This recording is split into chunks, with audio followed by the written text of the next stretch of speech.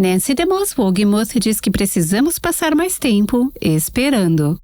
Há momentos para agir. Há momentos para tomar uma atitude ou fazer alguma coisa. Mas há muito mais momentos, muito mais do que a maioria de nós percebe, em que precisamos apenas ficar em silêncio.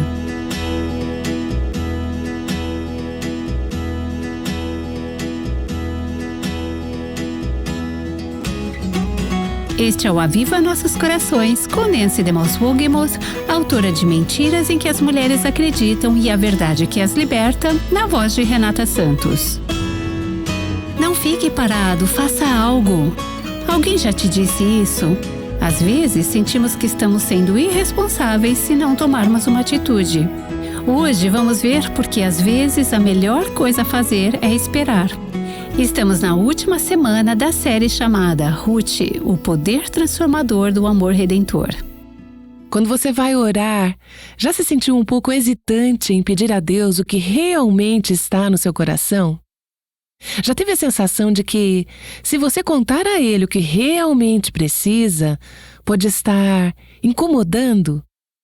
Às vezes, achamos que nossos pedidos são grandes demais, ou talvez você apenas hesite em pedir a Ele o que realmente precisa. No episódio de ontem, vimos que Ruth estava aos pés de Boaz. Ela estava ali, na eira, no final da colheita, pedindo a Boaz para ser o seu marido.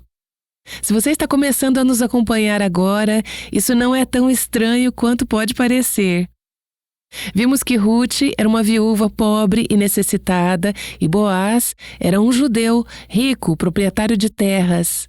Você poderia pensar que Ruth teria medo de pedir a ele que atendesse a sua necessidade, mas ela percebeu que ele era o seu redentor. Ele era o seu Goel. Essa palavrinha hebraica que temos explorado nas últimas semanas, que fala de alguém que é um protetor. É um homem que entraria em cena e ajudaria seu parente pobre e necessitado. Ruth percebeu que Boaz era parente da família do seu falecido sogro, Elimeleque, e de seu falecido marido. Ela entendeu que ele poderia ajudar a ela e a sua sogra Noemi em seu momento de necessidade. Ela foi até Boaz e disse: "Você poderia me cobrir? Você poderia estender a sua capa sobre mim?" Isso é um símbolo, uma imagem para: você me tomaria sob a sua proteção? Você me cobriria? Você me aceitaria como parte de sua vida? Suspeito que, ao ir até Boaz, ela poderia ter facilmente temido que ele a rejeitasse. Afinal, quem era ela? Ela era uma estrangeira, era pobre, era viúva, não tinha nada a oferecer a Boaz. E aqui estava ele, um cidadão respeitado da terra. Ele era um homem mais velho. Consigo imaginar todo o medo que poderia estar em seu coração enquanto ela caminhava até a eira pensando: ele vai me aceitar? Ele vai me ouvir? Ele vai atender ao meu pedido? Ele vai querer ser o meu redentor e me ajudar nessa situação? Mas ao chegarmos à resposta de Boaz, em Ruth, capítulo 3, verso 10, descobrimos, pelo contrário, que Boaz está encantado que Ruth teve a ousadia de pedir a ele para ser o seu resgatador. Ele diz a ela no versículo 10: "Que você seja bendita do Senhor, minha filha. Você se mostrou mais bondosa agora do que no passado, pois não foi procurar um homem mais jovem, fosse rico ou fosse pobre. E agora, minha filha, não tenha medo. Tudo o que você falou, eu vou fazer, porque todo o povo da cidade sabe que você é uma mulher virtuosa." Não é uma resposta incrível? Aqui vem essa mulher que precisa de ajuda e vai até esse grande homem que poderia ser o seu ajudador, sem saber como ele reagiria. Mas ele é entusiástico, caloroso e gentil em sua resposta. Ela pediu a ele para redimi-la e ele fica feliz que ela tenha pedido. À medida que a história se desenrola, veremos em Boaz uma imagem do coração do Senhor Jesus, nosso Goel, nosso resgatador. Nós vamos até ele e pedimos que ele nos redima, Não apenas para redimir nossa alma, para nos salvar, mas também para nos redimir no dia a dia, para nos proteger em nossas áreas de necessidade. Quando nos aproximamos dele como pobres pecadoras necessitadas, apelando à sua riqueza, à sua posição, ao seu direito de nos resgatar, pedimos que ele nos cubra. Não estamos apelando a alguém que hesita em atender nossas necessidades. Ele diz: fico tão feliz que você veio, fico tão feliz que você pediu, eu quero te redimir. Boaz diz a ela: não tenha medo, eu farei por você tudo o que você pedir. Eu amo esse versículo. Ao pensar sobre essa questão da oração e intercessão e como nos aproximamos do Senhor Jesus e dizemos que temos essas necessidades, ao nos aproximarmos do seu trono, precisamos lembrar que é um trono de graça, um trono onde ele diz: eu farei por você tudo o que você pediu. Não tenha medo de vir, não tenha medo de pedir. Na verdade, peça com ousadia. Ele nos disse em Filipenses: peça para mim, conte-me suas solicitações, não se preocupe com nada. Em vez disso, ore sobre tudo e a paz de Deus, a graça de Deus, as promessas de Deus, a provisão de Deus virão ao seu socorro. Ele nos diz: peça de acordo com a minha palavra, peça de acordo com a minha vontade, e eu farei por você tudo o que você pedir. Enquanto eu leio essa passagem, eu me pergunto: quantas vezes deixo de receber algo que realmente preciso do Senhor, algo que Ele quer dar, algo que Ele está disposto a dar, algo que Ele é capaz de dar, algo que Ele tem para mim e que eu preciso, mas não recebo. Por quê? Porque eu não peço. Estou com medo, tímida ou muito ocupada. Eu simplesmente não peço. As Escrituras dizem: lance os seus cuidados sobre o Senhor e Ele o susterá. Estou lançando os meus fardos sobre o Senhor? Estou confiando que Ele me susterá? Ele diz: peça a mim e eu o encherei com o meu Espírito Santo. Eu preciso ser preenchida com o Espírito dEle. Eu estou pedindo que Ele me encha com o Espírito dEle? Eu estou pedindo que Ele guarde o meu coração? Ele diz que se eu mantiver minha mente fixada nele, Ele manterá minha mente em perfeita paz. Eu preciso da paz de Deus guardando a minha mente. Eu estou pedindo que Ele faça isso? Eu estou pedindo que Ele atenda a minhas necessidades? Estou pedindo que Ele me dê a sabedoria que eu preciso? Não tenha medo, ele disse. Você é abençoada, obrigada por vir. Não tenha medo. Eu farei por você tudo o que você pedir. Deixe-me voltar a um outro ponto no versículo 10. Boaz diz a Ruth: você se mostrou mais bondosa, vir e pedir, agora do que no passado, pois não foi procurar um homem mais jovem, fosse rico ou fosse pobre. Boaz percebe que Ruth poderia ter ido buscar um marido. Se ela estivesse apenas procurando um marido para si mesma, poderia ter procurado alguém da sua faixa etária, alguém mais jovem e talvez alguém que fosse exatamente o que ela procurava. Mas ela foi até Boaz, não porque ele fosse o homem dos seus sonhos. Lembre-se, essa história não é uma história de amor romântica, mas uma história de redenção. Ela vai até Boaz porque tem um propósito maior em mente. Ela percebe que o coração de Deus é redimir toda a sua situação familiar e que Deus queria preservar em Israel as terras e o nome da família de uma geração para outra. Para que o nome e as terras do marido e do sogro dela fossem preservados, ela precisava encontrar um resgatador, um parente redentor, alguém que pudesse assumir a situação deles como se fosse sua. Assim ela vai até Boaz e pede que ele se torne o seu marido, que ele se torne o seu redentor, porque ela quer cumprir o plano de Deus para sua vida e para sua família.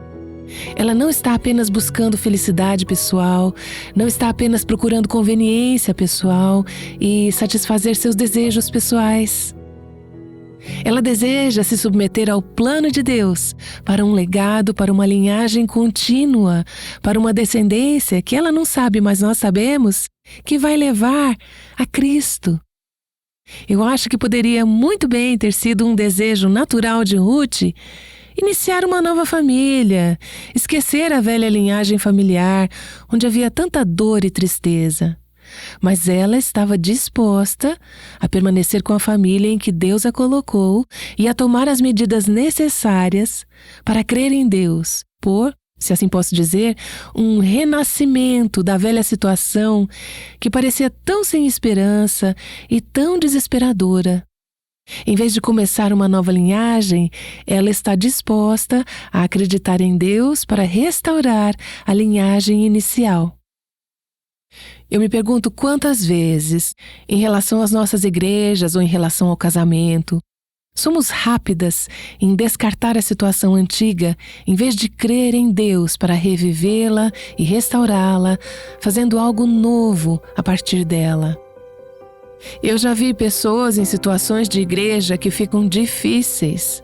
Eu não estou dizendo que nunca há um momento em que seja apropriado deixar uma igreja onde talvez a palavra de Deus não está sendo pregada ou haja uma violação clara dos princípios bíblicos. Pode haver um tempo, talvez, para sair e ir para uma situação diferente. Mas hoje, as pessoas estão tão propensas a pular de igreja em igreja. Se algo acontece na igreja que as incomoda, ou se ficam insatisfeitas com algo, talvez uma decisão que é tomada na igreja, elas dizem: estou saindo dessa igreja, vou para outra. Eu estive em cidades onde a maioria das igrejas evangélicas naquela cidade são nada mais que divisões. Pessoas que não acreditam que Deus pode reavivar uma situação antiga, saem e rapidamente começam algo novo. Em nenhum lugar isso é mais mortal do que no casamento, que deve ser uma imagem do relacionamento redentor de Cristo com a sua igreja, onde rapidamente descartamos o velho e dizemos: vou procurar algo novo, vou procurar algo fresco. Deixe-me apenas dizer, e algumas de vocês que estão nesta sala sabem quão verdadeiro isso é, que os problemas do casamento não são resolvidos colocando mais uma pessoa no meio. Na verdade, você vai acabar criando uma série inteira de problemas que não havia previsto. Qual é a situação que você está enfrentando que é antiga, opressora e cansativa para você? Você pediria a Deus fé para persistir? Fé para esperar nele? Fé para renunciar aos seus próprios desejos, à sua própria felicidade, à sua própria conveniência e simplesmente dizer: Senhor, esperarei por ti. Estou disposta a me submeter, a entregar e a renunciar aos meus próprios planos. Estou disposta a cumprir o teu plano para manter essa linhagem familiar intacta. Quero te ver restaurar e reviver o que parece tão sem esperança. Nancy DeMoss Wogemuth voltará em breve com mais da série Ruth, o poder transformador do amor redentor. Se você perdeu algum dos episódios anteriores, pode encontrá-los em avivanossoscorações.com. Se você já leu Ruth muitas vezes antes ou está ouvindo pela primeira vez, espero que esteja sendo abençoada por esta série. A Bíblia é a palavra viva de Deus, o que significa que podemos ler algo repetidamente e ainda assim aprender algo novo. E se você quiser explorar a história de Ruth em um nível ainda mais profundo, confira o estudo chamado Ruth Experimentando uma Vida Restaurada. Faz parte da série Mulheres da Bíblia do Aviva Nossos Corações. Você fará uma jornada de 6 semanas ao longo do livro de Ruth e verá como Deus transforma uma situação de desolação em uma brilhante exibição de sua graça. O estudo de Ruth é ótimo para o seu tempo devocional com o Senhor ou um excelente material para estudar junto com outras mulheres da sua igreja ou vizinhança. Além da leitura diária, você encontrará memorização de escrituras e perguntas para discussão em grupos para ajudar a guiar sua conversa. Agora, de volta a Nancy no livro de Ruth. Vamos continuar no versículo 11 do capítulo 3, onde Boaz diz a Ruth: todo o povo da cidade sabe que você é uma mulher virtuosa. Outra tradução coloca assim: todos os meus conterrâneos sabem que você é uma mulher de caráter nobre. Não seria incrível ter esse tipo de reputação? Todo o povo da minha cidade sabe que você é uma mulher virtuosa. Lembre-se, anteriormente, no capítulo 2, quando Boaz conheceu Ruth pela primeira vez, ele disse: me contaram tudo que você fez por sua sogra viúva. A reputação dela já a precedia. Ele diz: agora, quando as pessoas pensam em você, elas sabem que você é uma mulher virtuosa. Essa é a mesma palavra, por sinal, que é usada em Provérbios 31:10, onde as Escrituras dizem: mulher virtuosa, quem a achará? O seu valor excede o de finas joias. O coração do seu marido confia nela, e não haverá falta de ganho. Ela lhe faz bem e não mal todos os dias da sua vida. Uma mulher de caráter nobre, uma mulher virtuosa. Eu quero viver de uma maneira que, se um rumor negativo começar a se espalhar sobre mim, as pessoas que me conhecem melhor rapidamente diriam: isso jamais poderia ser verdade. Eu quero viver de uma maneira que tenha uma reputação, que seja uma verdadeira reputação de ser uma mulher de caráter nobre, uma mulher virtuosa. Agora deixe-me perguntar: você é conhecida como uma mulher de virtude? Você é conhecida como uma mulher de coração, atitude, valores, comportamento, vestuário e fala virtuosos? As pessoas sabem que você é uma mulher de caráter nobre, que você é uma mulher virtuosa? Eu realmente acredito que o meu caráter, o meu espírito, meus valores e minha atitude têm um efeito determinante sobre todo o espírito do ministério onde sirvo. Você já ouviu, talvez, que o espírito da mulher determina o clima do lar? Pergunte a si mesma: como está o clima em nosso lar? Qual é a temperatura em nosso lar? E antes de você rapidamente dizer: bem, não seria assim se não fosse por causa dessa pessoa que vive aqui em casa? Talvez você queira dar uma olhada no espelho e dizer: Senhor, há algo no meu caráter ou algo no meu espírito que está diminuindo o tom, o clima ou a temperatura deste lar? Um dos grandes desejos que Deus colocou em meu coração para todo o ministério do Aviva Nossos Corações é que Ele levante um movimento de mulheres cristãs em nossa geração, em nossas igrejas, em nossos lares, que sejam mulheres virtuosas. Há tantas mulheres corruptas, rebeldes, de vontade forte e espírito independente em nossa cultura hoje e até mesmo em nossas igrejas. Acredito que uma das grandes coisas que precisamos, se quisermos ver um avivamento em nossas igrejas, é um avivamento de mulheres de virtude, mulheres que têm caráter piedoso e semelhante a Cristo. Não será um movimento de centenas de milhares ou milhões de mulheres de uma vez. Na verdade, será uma mulher por vez: Paola, Raquel, Denise e Nancy. Podemos nos tornar o tipo de mulheres que, juntas, realmente moldam o caráter de nossos lares, nossas igrejas e até mesmo nossa nação. Boaz menciona a Ruth nesse ponto, no versículo 12, uma situação da qual aparentemente ela não estava ciente. Ele diz: sim, é verdade que eu sou o seu resgatador. E ele continua: mas há ainda um outro resgatador que aparente mais chegado do que eu. Ele está dizendo que há alguém que tem mais direito do que eu de resgatar a sua situação e vamos ter que tratar disso com ele antes que eu possa servir como seu resgatador. Isso pode explicar por que Boaz não tomou a iniciativa anteriormente de resgatar Ruth e Noemi em sua situação. Somos lembrados de que Noemi e Ruth não podiam esperar nada de Boaz como seu direito. Ele não era um irmão do falecido, então não estava obrigado a cumprir o papel de Goel ou resgatador. Elas dependiam de sua compaixão, generosidade e graça para escolher ser o seu resgatador. Boaz diz a Ruth no versículo 13: fique aqui essa noite. Pela manhã, se ele quiser resgatar você, esse parente mais próximo, muito bem, ele que o faça. Mas, se ele não quiser, eu o farei, tão certo como vive o Senhor. Deite-se aqui até de manhã. Ruth ficou deitada aos pés dele até de manhã, mas levantou-se enquanto ainda estava escuro, porque Boaz disse que ninguém saiba que uma mulher veio até a eira. Deixe-me inserir aqui que vejo em Ruth e Boaz um espírito discreto, uma pureza de coração que os leva a serem cuidadosos nas aparências de seus relacionamentos e de seu comportamento. De todas as maneiras, eles estão tentando ser discretos para não trazer reprovação ou culpa sobre si mesmos ou sobre suas reputações.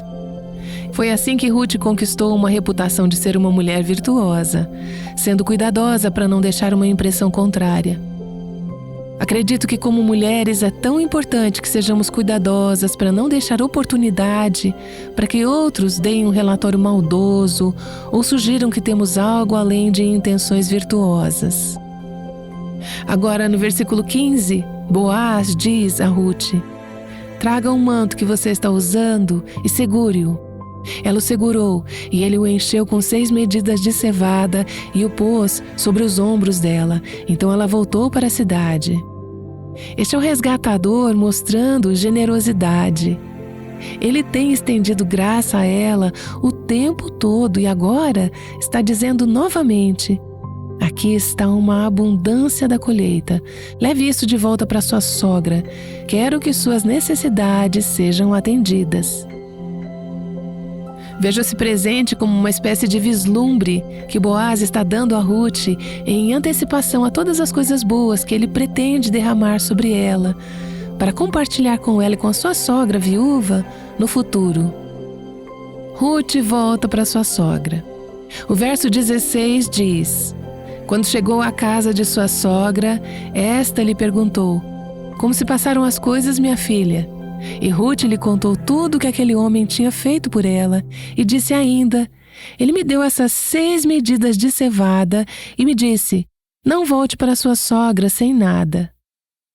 Quando vejo essa palavra, isso me traz à memória uma palavra que lemos no versículo 21 do capítulo 1, onde Ruth e Noemi voltaram a Belém e Noemi disse: o Senhor me trouxe de volta vazia. Ela tinha ido para Moabe, ela havia perdido o marido e seus 2 filhos. Agora ela voltou como uma viúva desamparada e empobrecida.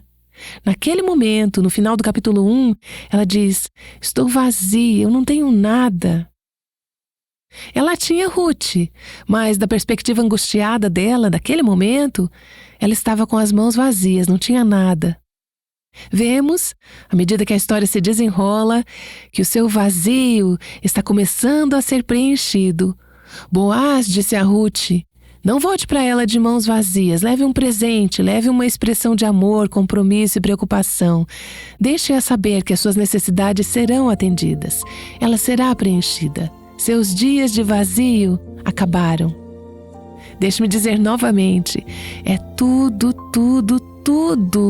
por causa de seu Redentor, um homem de graça que tem o direito, a disposição e o poder para atender às suas necessidades.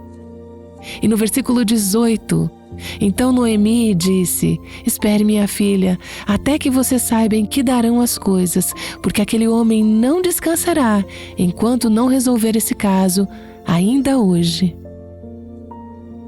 Esse versículo encorajou meu coração muitas vezes, quando estive no meio de um processo onde Deus estava resolvendo as coisas, mas eu não conseguia ver exatamente como. Eu não consigo ver como Ele vai levar uma questão a uma conclusão. Não sei como Ele vai resolver o problema. Mas a palavra diz ao meu coração: espere, você pode descansar, você pode ficar tranquila, você não precisa contender, você não precisa manipular, você não precisa lutar, você não precisa se preocupar, você não precisa tentar descobrir isso, você não precisa tentar controlar suas circunstâncias. Espere no Senhor, esteja tranquila, descanse, porque o seu Redentor não vai descansar até que Ele tenha resolvido a questão. Como mulheres, se pudéssemos apenas lembrar que sempre temos um Redentor que está trabalhando em nosso favor. Ele está no céu intercedendo por nós. Ele está à direita do trono de Deus. Ele está tomando o nosso caso, defendendo a nossa causa. Ele está orquestrando os eventos de nossas vidas de forma providencial e soberana para cumprir seus propósitos santos. Podemos esperar. Há momentos para agir, há momentos para tomar uma atitude ou fazer algo. Mas há muito mais momentos, mais do que a maioria de nós percebe, em que precisamos apenas ficar em silêncio. Espere e observe Deus trabalhar no coração daquele adolescente. Observe Deus trabalhar no coração daquele marido. Espere que Deus trabalhe no coração daquele seu chefe. Não tome as rédeas em suas próprias mãos. Não vai tentar consertar todas as coisas que você acha que estão erradas com o seu pastor ou com sua igreja. Espere no Senhor. Faça disso um assunto de oração. Leve a Ele e depois fique quieta. Esteja em paz, porque o seu parente redentor está trabalhando e Ele não descansará até que a questão seja resolvida. Pode não ser resolvido hoje, mas de acordo com os propósitos de Deus no céu, está resolvido. Estamos apenas esperando para ver o que Ele já determinou. No tempo dele, Deus certamente fará isso acontecer.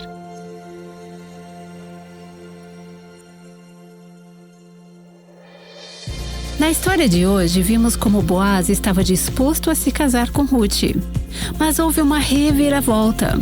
Descubra qual foi e como lidaram com isso amanhã aqui no Aviva Nossos Corações. Esta é a última semana de janeiro, e se você aceitou o desafio da leitura diária da palavra, tenho certeza que está sendo abençoada pelos devocionais diários. Ao final desta semana, ao fazer uma doação de qualquer valor, nos envie um e-mail para contato@avivanossoscorações.com com o comprovante da doação e no assunto do e-mail escreva Desafio da Palavra. E enviaremos o PDF com todos os devocionais deste mês para que você possa compartilhar com suas amigas e irmãs em Cristo. Agora vamos orar com Nancy. Obrigada, Senhor, por tua generosidade.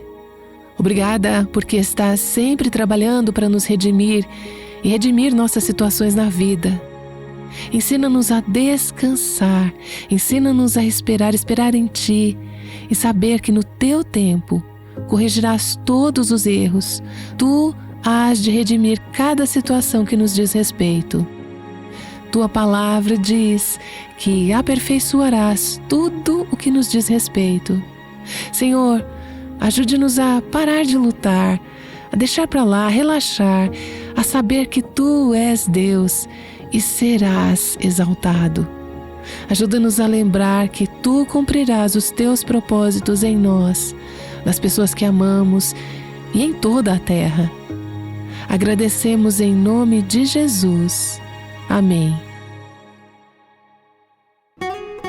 O Aviva Nossos Corações é um ministério em língua portuguesa do Revive Our Hearts com Nancy DeMoss Wogemuth, chamando as mulheres à liberdade, à plenitude e à abundância em Cristo.